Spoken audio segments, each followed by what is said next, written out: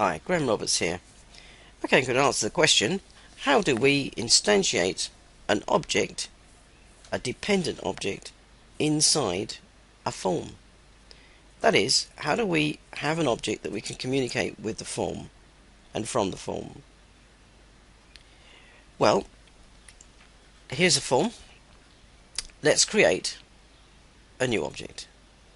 So we go to the project form and we say we want a new class. We want a class, a Java class. Let's give it a name. I'm going to call it my name with a capital G.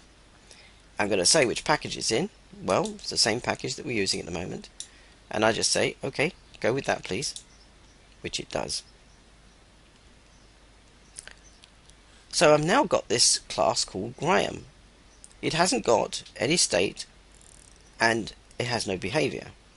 It doesn't even have a constructor. So I'll make a constructor.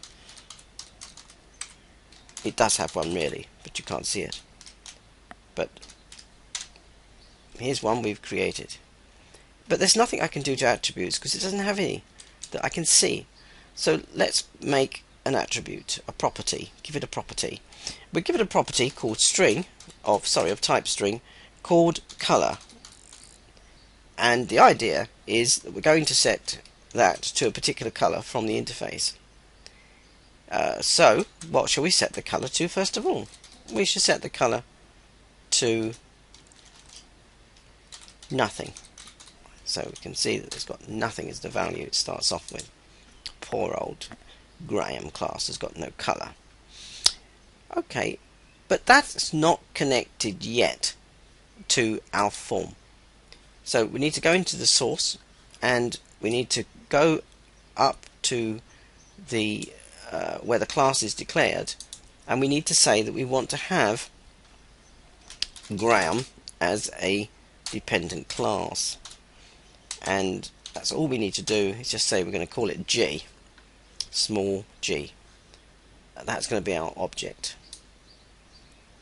And since we've got it there, we need to instantiate it here when the components are instantiated for the interface form. It turns out to be really easy to do this. You just say G is equal to new Graham.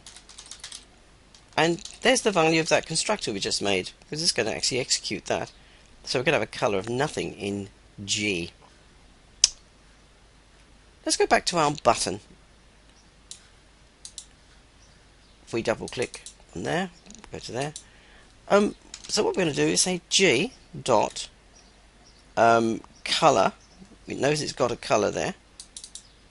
Is equal to whatever color has been selected. If you haven't seen the previous tutorial, you might like to catch up. But basically, I'm going to get a value from the list box and pop it into the color. And so now, when I run this, I will have Graham's color set from nothing to whatever color is in the list box. But we won't actually see that has been done. So what we need to do is really show it. The text field is having the color put into it. What we need to do perhaps is have another way of showing it. And what I'm going to do is I'm going to use the system.out.println, because that will show us in the interface, that is the IDEs, I mean, what the value is. So what we're going to actually show is g.color there. So if we run this now, well, when we run it, we actually find I've made a boo-boo, because I'm actually showing the spinner. I apologize. What we actually want to show is not the spinner, but the list. So actually I copied the wrong thing. So I'm just going to correct that. And when we rerun this, we should see it correct. So here we have it, and I'm going to click on red, and it shows me one there indeed, but because it's overwriting, and it shows me red down there, and purple. Click, and you can see that the output here is purple down here.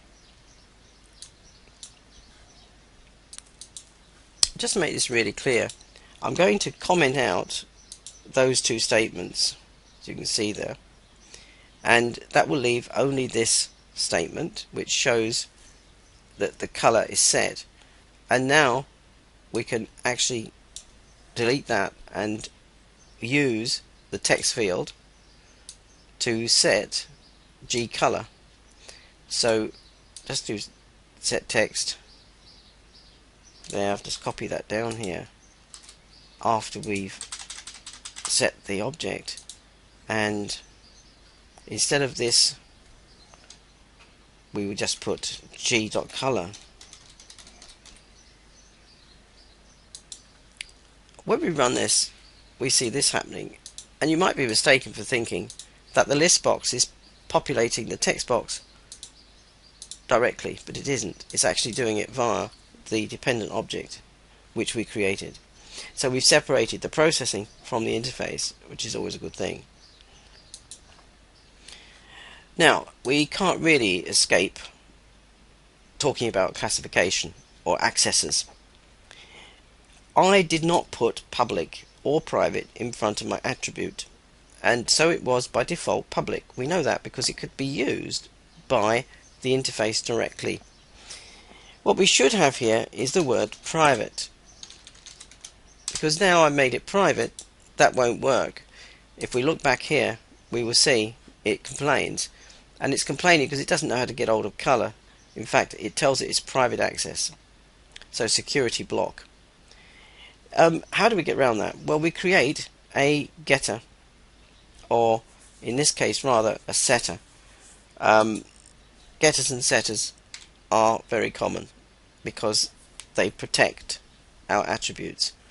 To make a setter, we need to make it a public access method, and we want to actually set something, so we're going to call it set, and we know what it is. It's color that we're going to set.